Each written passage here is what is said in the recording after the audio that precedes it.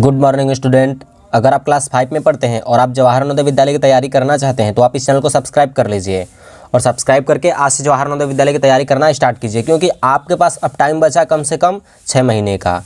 3 महीने बाद आपका जो है कि ये नवोदय विद्यालय का फॉर्म भराएगा और 3 महीने बाद उसका पेपर होगा। ठीक है, तो आप लोग आज से तैयारी करना स्टार्ट कर दें।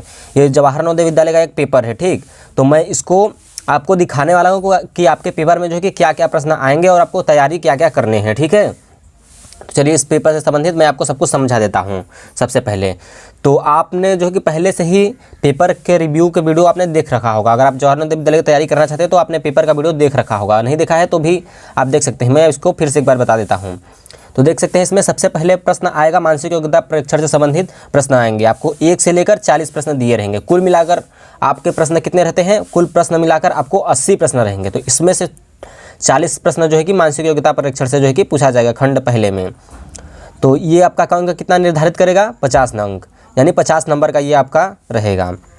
और दूसरा नंबर आता है अंक गणित। तो अंक गणित दूसरा खंड में आएगा। ठीक है, तो अंक गणित आपको 41 से लेकर 60 प्रश्न रहेंगे। 41 प्रश्न से लेकर 60 प्रश्न, कुल मिला के आपका टोटल हो जाएगा 20 प्रश्न। तो 20 प्रश्न ये कितने नंबर का रहेगा? 25 नंबर का रहेगा। ठीक है, तो ये आपके 25 नंबर का रहेगा। और लास्ट में आता है भाषा परीक्षण। भाषा परीक्षण खंड तीसरा हो गया।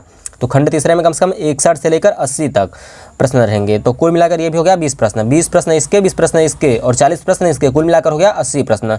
तो ये हो गया 25 अंक। तो ये पूरा मिलाकर आपको 100% हो गया, 100 नंबर हो गया। तो आपको इसमें से कम 90 नंबर लाना है। 90 नंबर अगर आप ला लेते हैं तो आपका इसमें सिलेक्शन पक्का हो जाएगा। ठीक है, तो चलिए आपको इतना कुछ समझ में आ गया।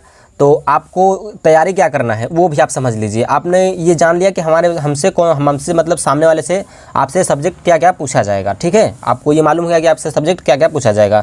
मानसिक योग्यता परीक्षण, अंक गणित और भाषा परीक्षण। ठीक है, तो आपको भाषा परीक्षण में क्या रहता है कि हिंदी आपका जो भाषा है, मूल भाषा, वही आपको से जो है कि पूछा जाएगा। तो आप देखिए सबसे पहले आपसे पूछा जाएगा वर्गीकरण। ये वर्गीकरण पर आधारित आपसे जो है कि प्रश्न पूछे जाएंगे। तो वर्गीकरण का मतलब क्या होता है? वर्गीकरण का यह मतलब होता है कि 3 जो समान आकृतियां होंगी, मतलब जो भी चित्र दिया रहेगा आपको 3 एक जैसा रहेगा, एक सबसे अलग होगा, वही आपको पहचानना रहेगा कि कौन सा उसमें अलग है। तो यहाँ पर आप देख सकते हैं 1 2 3 4 A B C और D। ठीक है, आपको समझ में आ गया। तो इसमें आपको क्या करना रहता है? इसमें 1 2 3 जो 3 चीज़ें रहेंगी एक समान रहेंगी, चौथा वाला सबसे अलग होगा। तो हमने यहाँ पर टिक लगा रखा है कि ये वाला सही है। ये वाला सही क्यों है ये मैं आपको समझा देता हूँ। तो ये वाला इसलिए सही है क्योंकि इसमें देखिए TIC और इसमें भी देखिए TEC, इसमें देखिए E ऐड है। किसी में E दिख रहा है आपको? इसमें TIC, CIT और ITC, मतलब यही सब TIC 3 शब्द इसमें मिलकर बने हैं। 3 1 2 3 TIC मिलकर शब्द जो है कि बने हैं ये सब खंड। और ये वाला जो है इसमें E ऐड है अलग से, मतलब E इसमें है तो ये वाला सबसे अलग दिख रहा है आपको। क्या समझ में आया कि नहीं आया आपको? E इसमें है इसलिए ये वाला अलग है, आपको ऐसे पहचानना रहता है। ठीक है, ये आपको क्लियर हुआ? तो वर्गीकरण का मतलब होता है आपके पास सामने जो चित्र रहेंगे, चित्र मतलब कि 3 एक समान रहेंगे और एक अलग रहेगा। चलिए हम आपको ये वाला आपको समझ में आ गया वर्गीकरण। तो ये आप अपने कॉपी ले लीजिए एक और कॉपी पर लिख लीजिए वर्गीकरण। पहला नंबर वर्गीकरण। ठीक है, तो पहला नंबर मानसिक योग्यता परीक्षण में वर्गीकरण आएगा। ठीक है, तो अगर आपको नोट्स बनाने हैं तो आप कमेंट कीजिए कि सर हमें अलग से नोट्स बनवाइए जो कि हमारे तैयारी से संबंधित रहेगा। तो वो ऐसा मैं नोट्स आपको बनवा दूंगा। अगर आपको ऐसे हम बता रहे हैं समझ में आ जाता है तो आप नोट्स बना लीजिए, कॉपी ले लीजिए, उस कॉपी में लिख लीजिए पहला नंबर वर्गीकरण और दूसरा नंबर मानसिक योग्यता परीक्षण। सबसे पहले लिखेंगे ऊपर मानसिक योग्यता परीक्षण। यहाँ पर रुकिए हम आपको दिखा दे रहे हैं। यहाँ पर मानसिक योग्यता परीक्षण, मानसिक योग्यता परीक्षण में सबसे पहला नंबर आता है वर्गीकरण। तो वर्गीकरण में आपको ऐसे प्रश्न पूछे जाएंगे आपसे। ठीक है, अब दूसरा नंबर आता है आपका क्या रहेगा? समान आकृति की खोज, यानी समान आकृतियों की खोज। ठीक है, समान आकृति की खोज पर आधारित प्रश्न रहेंगे।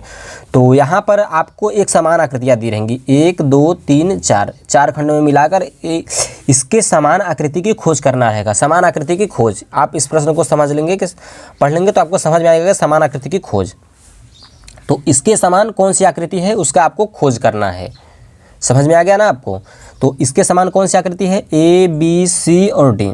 तो आपको मिलाना है कि इसके समान कौन सा है। यहाँ पर प्लस है तो यहाँ पर भी प्लस है, तो इसमें चारों प्लस है, ये तो हो नहीं सकता है, ये भी नहीं हो सकता है। ये वाला देखिए, यहाँ पर प्लस है, यहाँ पर भी प्लस है, यहाँ पर इसके नीचे माइनस है, यहाँ पर भी इसके नीचे माइनस है, यहाँ पर ये प्लस है, यहाँ पर भी ये प्लस है, और 0 0 सब मिला लीजिए, ये सब एक जैसा है, ये इसके समान मैच हो रहा है, ये वाला सही है। ठीक है, सी वाला सही है इसके सामने का, मतलब इसके समान आकृति है। समान आकृतियों की खोज दूसरे नंबर पर आता है, तो यहाँ पर आप दूसरा नंबर समान आकृतियों की खोज डाल लेंगे। तो चलिए, वीडियो काफ़ी लंबा हो रहा है, मैं अभी वीडियो को दी एंड करता हूँ, और सेकेंड पार्ट में आपको आएगा शाम को 7:30 से 8 बजे लाइव स्ट्रीम होगा। सभी छात्र मुझसे जुड़ेंगे और पढ़ाई करेंगे, आपसे प्रश्न हम पूछेंगे, आपको प्रश्नों के आंसर देने होंगे। ठीक है, तो चलिए अब तक के लिए इतना ही, मिलते हैं आपको नेक्स्ट वीडियो में। Good bye.